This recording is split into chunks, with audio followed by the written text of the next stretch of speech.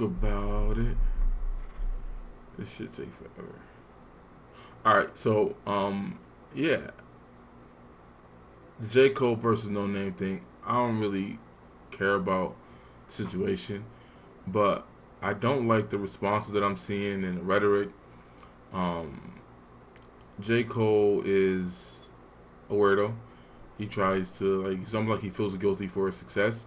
If you watch that Angie Martinez interview, like he was talking a bunch of anti-capitalism, but I don't have a car, but I bought a watch and this and that and all this other stuff, and he just didn't make any sense. He's just a bunch of blah. But J. Cole has been consistent, I guess, in his critiquing the culture, other rappers, his peers. That's the stone he wants to stand on. He's definitely on his soapbox when it comes to rap. He's called out Nas and other things he's seen. He's called out Ye. He's called out Wells. Other rappers doing things that he feels is wrong.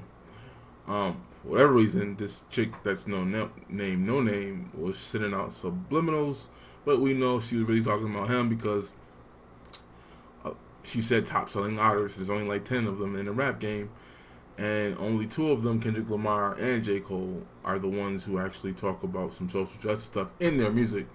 A lot of people talk about it outside their music, but they don't use it in their art. If you remember, A$AP Rocky got in trouble because he pointed out, like, yeah, that's not what I rap about. I'm not going to just do it to do it because that's corny. That's not who I am. And I understood what he was saying, but of course he had to capitulate and cave to the mob of, no, you got to talk about this in your music, right? Then you look silly like Dave Chappelle, who did a special where he wasn't being funny and he used his platform to talk about stuff that wasn't funny, and people are just confused because people were saying it's good and it was amazing, and it really wasn't. Yeah.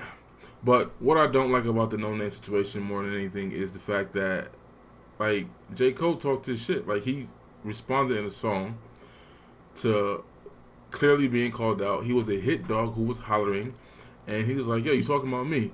But in the end of it, he was like, yo, I don't be reading like that. I didn't take that to be literal. It's just he was saying that he not up on what's going on. He basically said, I'm just a nigga who rap, right? He shut up and dribbled himself, which I can respect. I wish more entertainers did that. Shout out to Rhonda Mary, but entertainers are not leaders. I don't have an expectation of J. Cole to do these things. Ironically, Lupe Fiasco, which I can't really comment on that on Facebook because he dropped some bars about Chicago and what's going on. And I'm like, well, where are the entertainers and stuff responding to that? Like, you know, little kids getting shot in the car, 100 people shot in 3 days, 14 people dead. Like, where is the outrage and where is the energy? Like, where is that energy from one Floyd being killed? One of the arguments, deflections is like, well, those people go to jail. Like, 70% of these murders in all these inner cities don't get solved. So, that's bullshit. But shout out to Lupe for actually saying, like, yo, we gotta do something about this. And going against the grain and against the culture. Because none of them are going to do that. They're not going to address, like, yo, what this in right in front of us, this wasn't a white cop. This was us doing this to us. Let's address this, but we don't want to do that. But I didn't like how J. Cole was tap dancing for Hillary. I'm sure Jay-Z put out the Rock Nation call and had them do the little concert in Ohio that nobody came to, with him and Beyonce and damn near a couple other Rock Nation artists perform for the presidency, which, you know, she's not going to give you policy, but she'll give you a free concert, right? I ain't like that either. But, you know, that's typical black Hollywood, black hip-hop. It's all liberal nonsense, whatever. I get that. But J. Cole has been somewhat outspoken to a point. But for whatever reason, No Name want to force people who should not be speaking on these things. You should have your intellectuals and your smart people, even though a lot of them are overly liberal and annoying as well. All these Ivy Tower Negroes, the Michael Eric Dyson and so forth. And I don't agree with them either, but that's who you should really be calling to speak. Dr. Eddie Glaude, Julia Malveaux, her name I just did it, Melissa Alexander, I think that's how you say her name, the author of The New Jim Crow. Like, them the people you should might want to call and be like, yo, come talk, come public, come speak. Not a rapper or entertainer. That's our problem. Malcolm X said no other group of people be looking to depend on entertainers like we do. Which I get. But again, what I don't like is the response and how it got turned into this patriarchy evil thing. Chance the Rapper is a bitch. He came out with some moist ass, you're gaslighting her. Like, no, he was like, yo, I don't know, help me. And then it was this whole narrative of, ain't that what you're supposed to do? Right? Ain't that what y'all complain about? Like, men not being honest and open about how they feel and not being real about what they think and not being willing to ask for help. And then, out of nowhere, Chance, the rapper, came out of here with his handsome ass wife talking about evil patriarchy and don't be doing that, and like, shut the fuck up, Chance. Like, you doing too much. You come from that bitch ass political class in Chicago and you wilding out. I've liked some of the things you said too when you co-signed Kanye about the whole black people ain't gotta be Democrat, but like, that was uncalled for. Like, she can speak for herself anyways. Why did you have to jump into it? This man spoke his truth and how he felt and the way he communicates, which is through rap.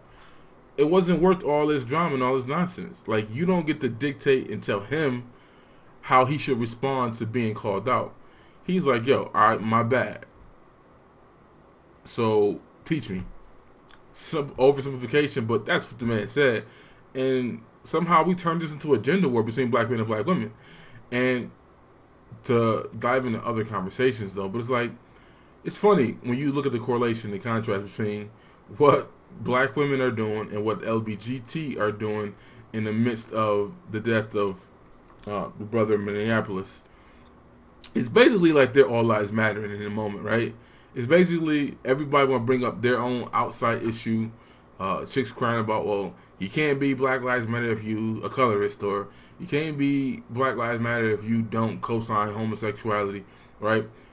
All the other things. And it's funny how a white dude, Schultz, on the Brilliant brought up, like, y'all about to crush your own movements by having all the other people speak. And that's the reality. If all these other internalized racisms, what we call colorism, and all this other stuff, if that's a part of the so-called structure of white supremacy, whatever, when you think to take that down first, which I don't think is ever going to happen, but then wouldn't the be focus point is to deal with that issue first, because all these other things stem from that.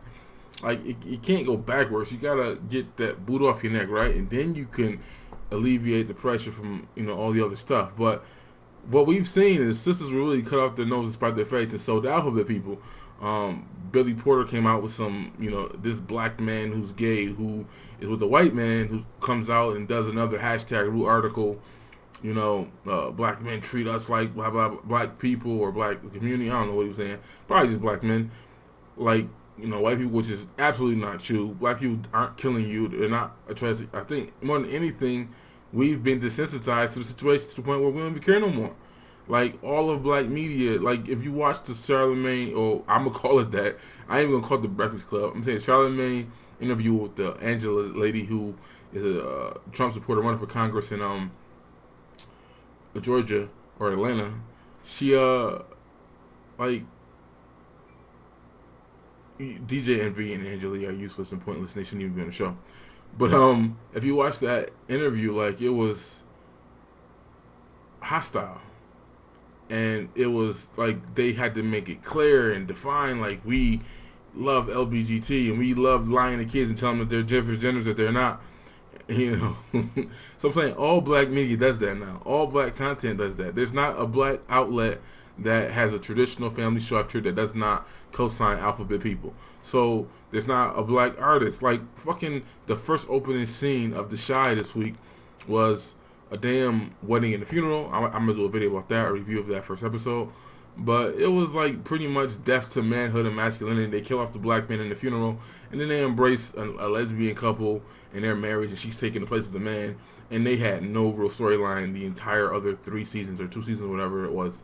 Like, come on, like, you've won that argument. Like, what are you talking about? Because people personally don't want to co-sign it. Like, you dominated the conversation to the point where all of media is not co-signing that. Even on the white Republican side, like, they don't care about that issue no more. It's not even a topic anymore. Like, they like, cool, punks in the White House, or in Congress or whatever, didn't have to deal with the issue because gay marriage passed. It was not even a debate anymore about that. And that's the same way in the black community. The black community knows that there's a bunch of people in the church. I think more than anything, the black church exploits gays more than that, because if their faith says you shouldn't be doing X, Y, Z, and then you know they're doing it, but you don't address it because you don't want to lose membership or you want to be PC. Dude, stop trying to put me in that pedestal, in that place, and then y'all still killed him. And I don't even understand. Like, I don't understand what he didn't do anything wrong. People are doing videos someone in defense of J. Cole. I'm like, he ain't do shit wrong to be defended. He talked his shit. He got it off his chest. He said what he felt like in the song, and then they pieced it up, and it's good. But of course, stop looking for entertainers to be your leaders. Like, that's what I would say to No Name. Leave them alone. Like, them speaking on the issue don't matter. Like, nobody cares about who wants to hear from Ja Rule at a time like this. Like, I don't care what no celebrity has to say about this issue. I hear what policymakers and people of power have to say about this. And we're watching the whole back and forth and flip-flops in Congress, and Tim Scott bill got shut down, and Democrats want some ridiculous bill that's not going to pass either. So, like, I care what they got to say. I don't care what J. Cole got to say about this. Right? Who wants to hear from J. Cole at a time like this? Nobody. So, you're the activist. You do what you're supposed to do. Right? You could do both because I guess she's a female rapper and she's an activist. So, you can spit in both lanes. Why are you calling out entertainers to do that? Why don't you listen to Malcolm X, who said we the only group that be putting so much pressure and expectations on entertainers, when we know historically they have been used to pacify us? Get off that. That's just my video. I just did not understand the heat he was getting, and despite me not liking how he jumped on the Hillary Clinton bandwagon and did that nonsense with Jay-Z and Roc Nation, I mean, and I think he's confused and weird. His anti-capitalist, but he's rich and successful thing. I don't know, like, he's struggling with that. I mean, it might be guilty for being wealthy and rich, whatever, I don't know. But in this situation, I don't think J. Cole did anything wrong. Anything he did, he didn't apologize either. He talked his shit, but hopefully he keeps that energy and don't. But that's just my take on it. It was unnecessary for him. It's not necessary for him to apologize. And she gotta chill. Like, he said, yo, I'm ignorant, help me, sis. And then the entire damn so-called black Twitter is in an uproar.